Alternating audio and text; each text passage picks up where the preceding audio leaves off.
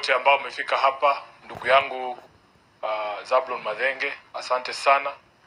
Na nyinyi wote ambao mmekuja katika hii kanisa, na wasalimu kwa jina la Yesu, hamjambo. Hata wale wako nje kwa tent, hamjambo. Sijui kama wananiona kwa tent. Hapa ndani mnaniona vizuri? Wa bishop mnaniona vizuri? Mhubiri unaniona vizuri? Mimi ndio Sifuna. Hapa ni wapi? Semeni wasikie, wanafikiria tunaweza kuwa mahali ingine. Hapa ni wapi?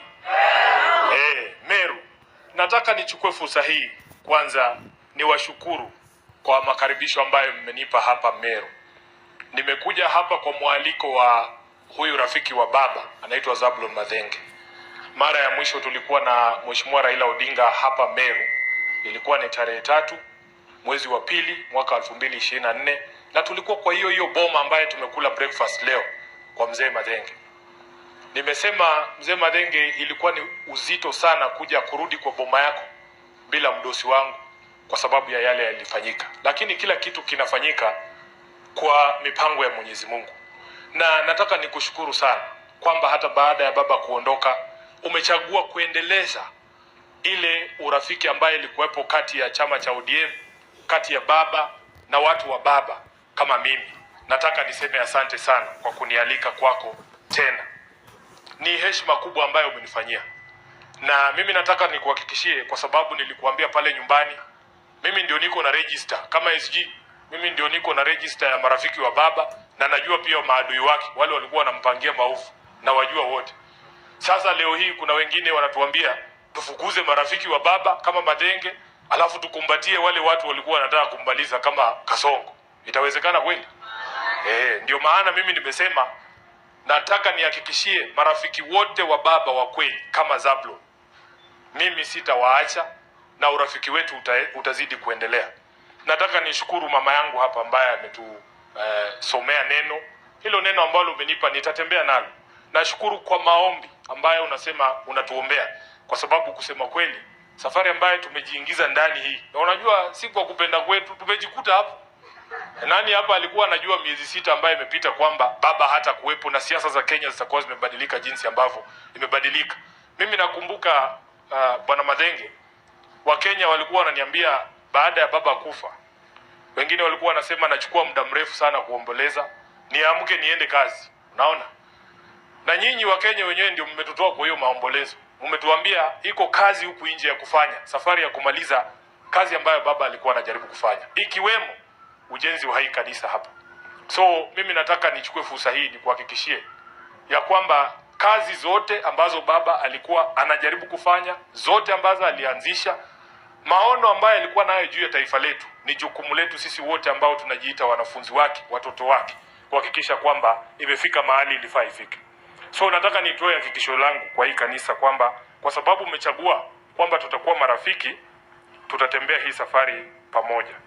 Mhubiri wa leo, ni vizuri tumepatana hapa. Ndugu yangu, Mungu ako na sababu ya kila kitu.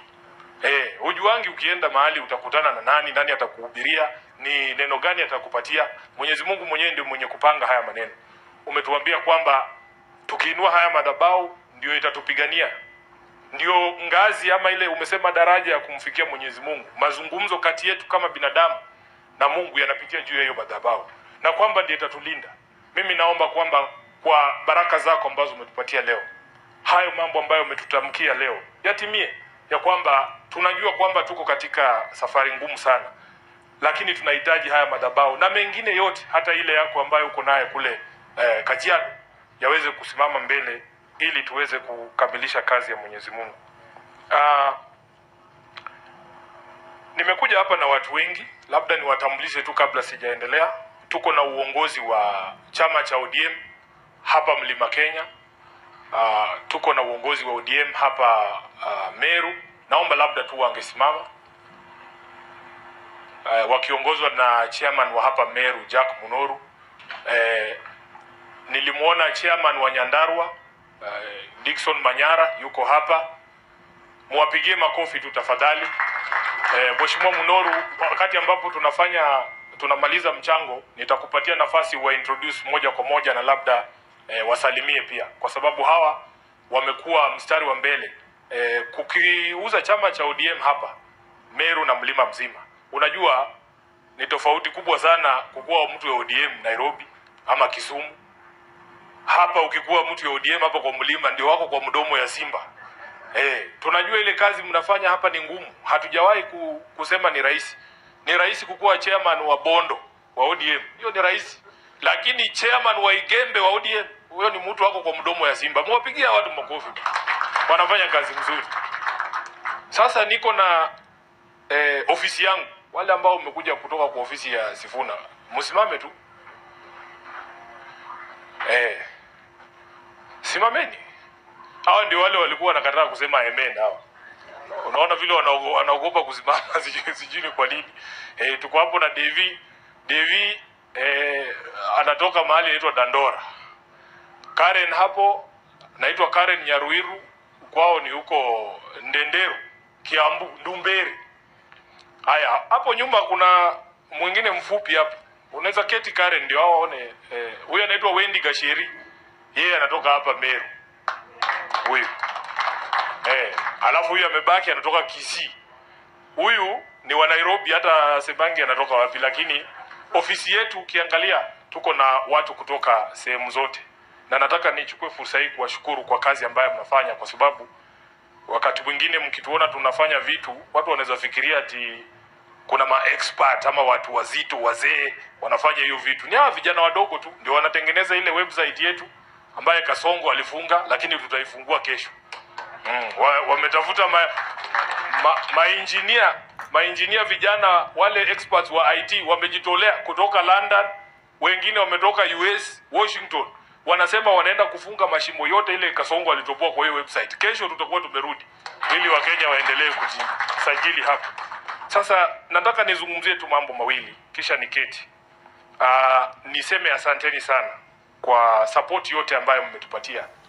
Haswa sisi wanalinda mwananchi, na vile nimewaeleza uongozi wa hii kanisa, Madenge alikuja kuniona kwa ofisi na akaniambia amefanya mradi kidogo hapa ya hotel na angependa nikuwe mgeni wa heshima.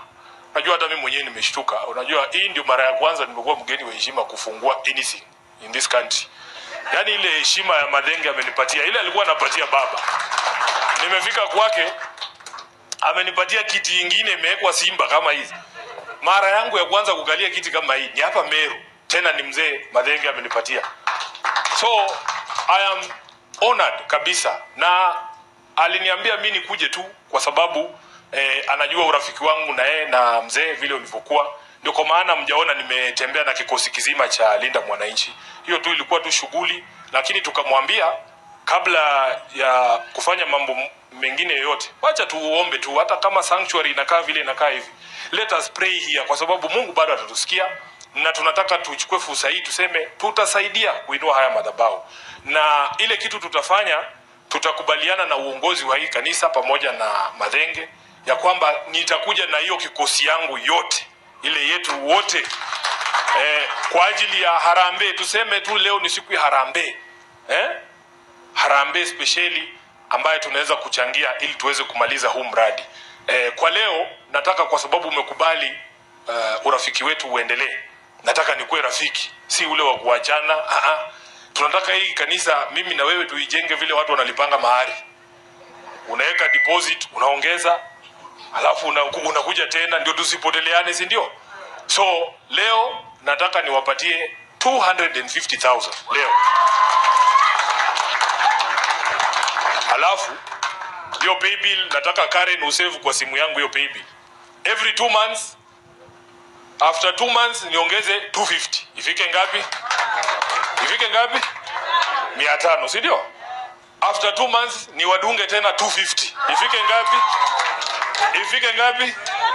Alafu to round off after 2 months ni wadunge 250 ikue 1 million. Si ndio? Ndio tukae tukiongea, si ati ni kitu ya kupoteleana. Sawa? So nataka nani atachukua huu mchango wangu? Chairman ama mam? Njoo. Yes. Karibia sasa mam pia tuweze kupokea mchango, na tuseme ni asante. Tupe makofi mazuri tafadhali. Umesikia, mpaka tufike mita, si ndio? Mpaka tufike mita.